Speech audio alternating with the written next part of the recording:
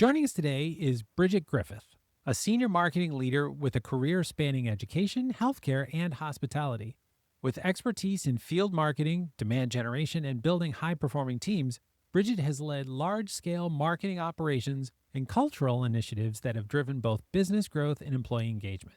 She brings a passion for building strong collaborative relationships and creative marketing systems that deliver measurable impact. Welcome. Thank you. I'm super excited to be here. I'm looking forward to this conversation as well. So, what moment in your career has taught you the most? There's so many. I think that one of the most defining moments in my career was really realizing the importance of advocating for my team. An example I can think of is there was a time that we were working on a high stakes project, and while the work that we were doing was really critical, it was going unnoticed by readership. And I could see the morale of the team starting to dip, and I knew if I didn't step in, we were going to risk burnout, disengagement. So I made it my responsibility to bring their voices into the room and to have a seat at the table. So I highlighted their contributions in executive meetings. I pushed for more resources and just really made sure that they had some visibility with the team for the impact that they were creating.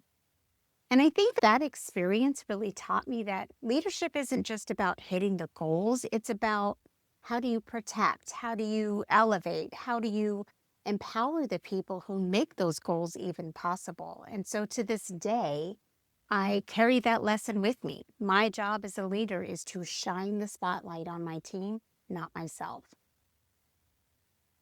I think that is outstanding and something that I've seen as well from the better leaders that I've worked with, that they understand it isn't just about them. It's really about lifting up Yeah. your team. So I think that's a great answer. When your colleagues or team members describe you, what 3 words do they consistently use?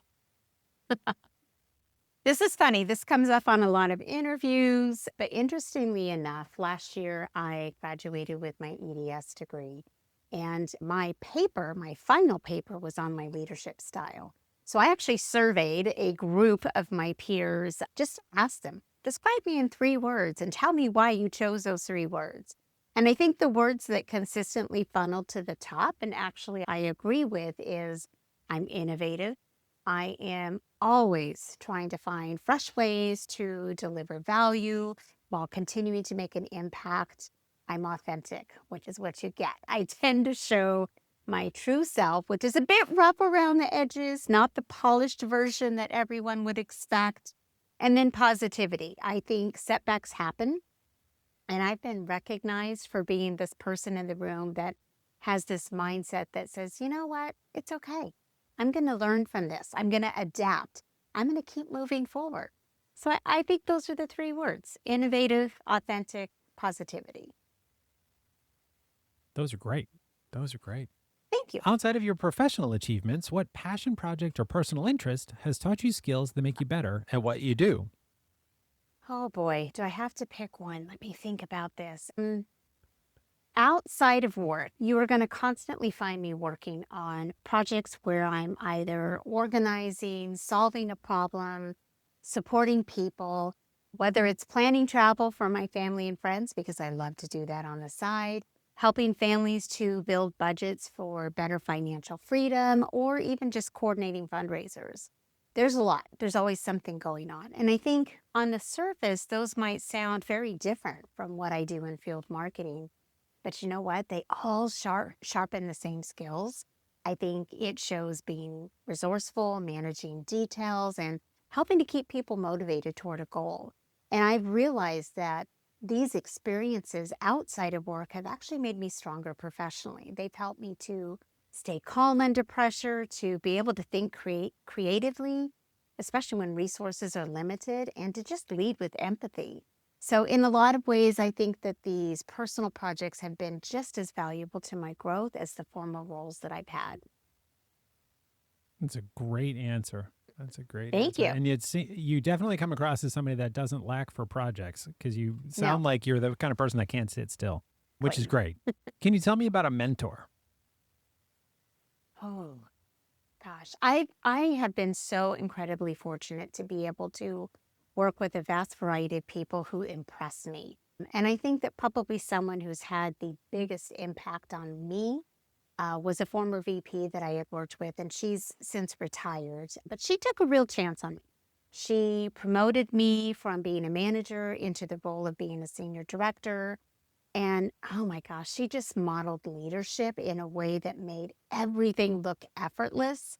And she was always constantly giving me advice. And I have to share one piece of advice that she gave me that I'm still trying to master to this day is she said, Bridget, sometimes you can say more by slowing down.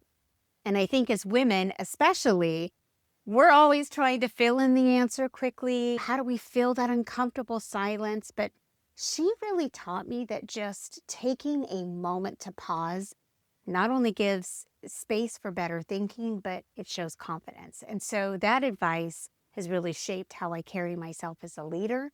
It's reminded me that presence and composure often speak louder than words. So she was just a fabulous mentor and just a fabulous person. And I loved working with her.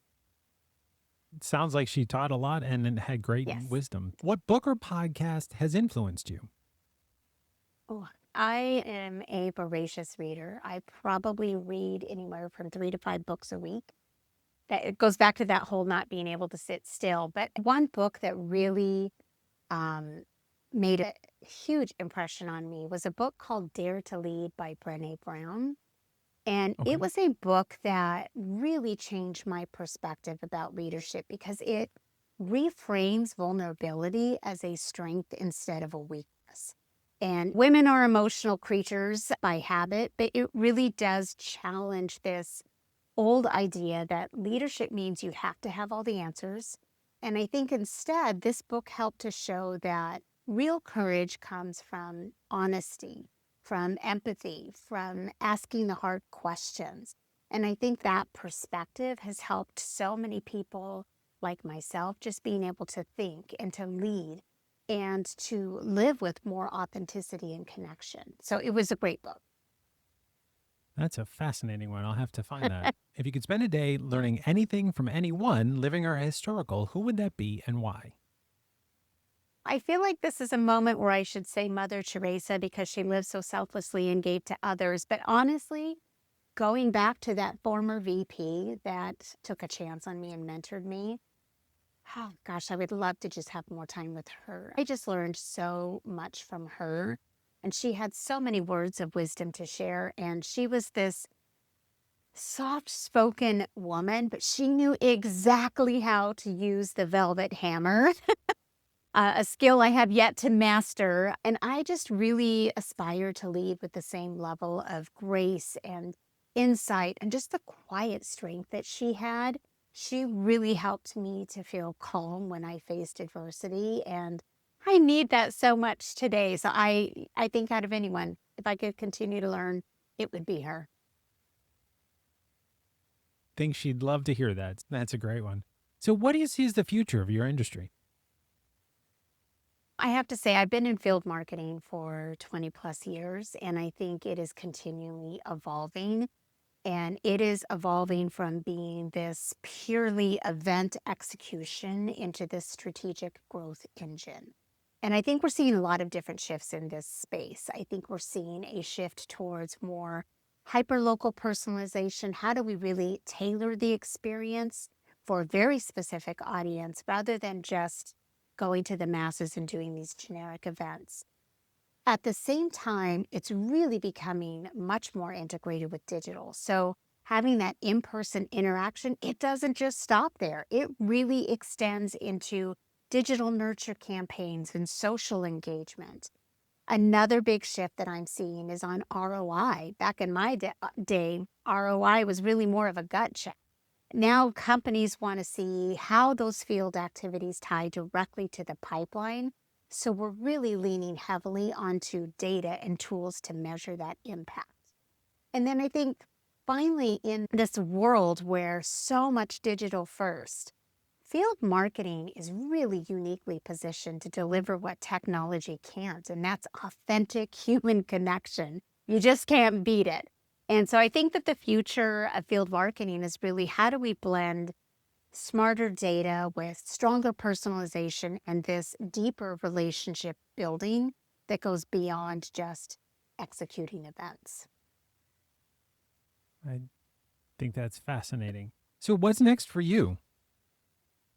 I am just continuing to pursue the road of field marketing, continuing to hone in on my craft. There's always a webinar or something that I'm taking or a book that I'm reading. So I'm just continually learning and growing in this space and looking forward to what comes. Outstanding. Thank you so much for joining us today. This was a great conversation. And what's the best way for people to reach out to you? Is it via LinkedIn or email or? LinkedIn. Yeah, absolutely. I'm on there every day. I'm posting a couple times a week. So yes, LinkedIn is a perfect way to reach me. Outstanding. Thank you so much for joining us today. Thank you so much. I really had fun. This was great. Good.